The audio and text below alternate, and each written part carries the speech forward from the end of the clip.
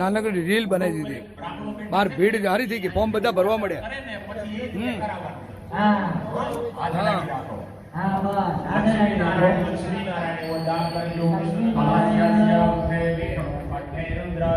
ખૂબ સરસ દાખલો આદર્શ હેરિટેજ વિભાગ 2 સ્વામિનારાયણ મંદિર સામે ભક્તિ સર્કલ પાસે નિકોલ ખાતે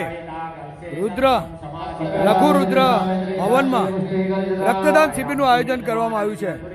રેડક્રોસ સંચાલિત આ રક્તદાન શિબિરમાં સોસાયટીના રહીશો રક્તદાન કરવા ઉમટી પડ્યા છે.